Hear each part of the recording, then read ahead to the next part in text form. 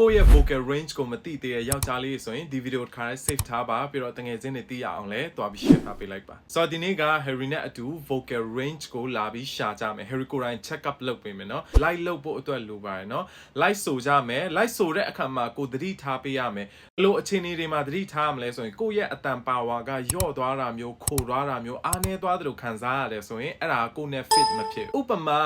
ဟာအဲ့လိုမဟုတ်ဘဲနဲ့ဟာအဲ့လိုဖြစ်သွားတယ်ဆိုလို့ရှိရင်အဲ့ဒါကိုနဲ့ fit မဖြစ်ဘူး Okay ဒါဆိုရင် hero စကြမယ်ပထမဦးဆုံးအလုံးဟာ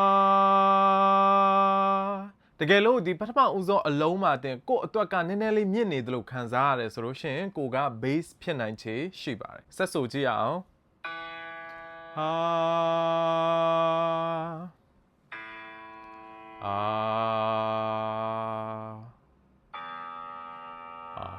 I cannot Harry မရအောင်เนาะဆိုတော့တကယ်လို့ဒီအလုံးကိုလိုက်ဆိုကြည့်မယ်เนาะဒီအလုံးကိုကိုကရှင်းရှင်းလင်းလင်းဆိုနိုင်တယ်ဆိုလို့ရှိရင်ကိုရဲ့အတန်ဒီ base ပဲဖြစ်ပါတယ် Okay ဆက်ပြီးဆိုကြည့်အောင်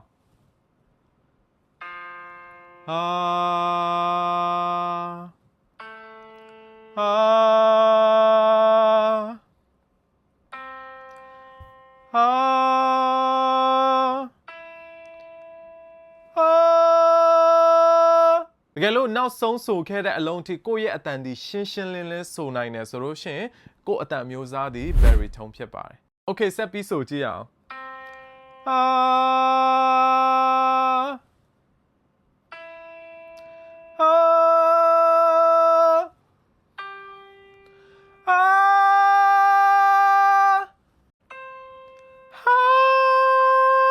ဒီနောက်ဆုံးအလုံးကိုရှင်းရှင်းလင်းလင်း powerful ဖြစ်အောင်ဆိုနိုင်တယ်ဆိုလို့ရှိရင်ကိုယ့်ရဲ့အတန်ဒီထင်တာပဲဖြစ်ပါတယ်ကဲလို့ဒီဗီဒီယိုကကိုယ့်အတွက်အကျိုးရှိတယ်ဆိုလို့ရှိရင် comment မှာ vocal range လို့ရေးလာခဲ့ပေးပါတချို့ vocal range ရှာရခက်နေတဲ့တငယ်ချင်းတွေသိရအောင်လဲတွားပြီး share ထားပေးလိုက်ပါဂီတနဲ့ပတ်သက်ပြီးအဆိုအသီးနဲ့ပတ်သက်ပြီးဒီထပ်ပြီးအသေးစိတ်သိရဖို့အတွက် Harry ကို follow မလုပ်ရသေးဘူးဆိုရင် Harry ရဲ့ Facebook page YouTube channel နဲ့ဒီ TikTok account ကို follow လေးလုပ်ခဲ့ပေးပါကို့အတန်ဘာအမျိုးအစားလဲဆိုတာ comment မှာရေးခဲ့နော်